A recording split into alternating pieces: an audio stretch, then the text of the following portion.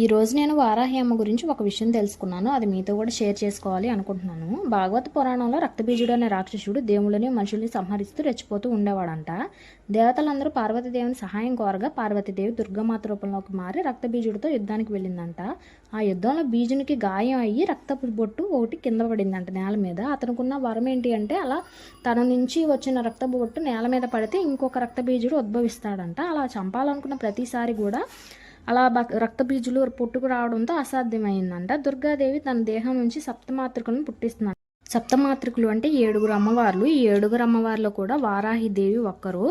ఈ 7 కూడా బీజుణ్ణి సంహరించడంలో సహాయపడ్డారు. అయితే వారాహిదేవి బీజుణ్ణి సంహరించేందుకు చాలా ఉగ్రరూపం ధరించి శత్రువుల శవాల మీద కూర్చుని తన పదునైన దంతాలతో అందరు రాక్షసులను సంహరిస్తూ ఉంది. ఆ తర్వాత దుర్గాదేవికి బీజుడు ద్వంద్వ యుద్ధానికి పిలిపివ్వడంతో 7 స్వరూపాలు కూడా దుర్గామాతలో కలిసిపోయి బీజుణ్ణి సంహరించినట్లు దేవి భాగవతంలో ఉందంట. ప్లీజ్ మా వీడియో నచ్చితే లైక్, షేర్ అండ్ సబ్స్క్రైబ్.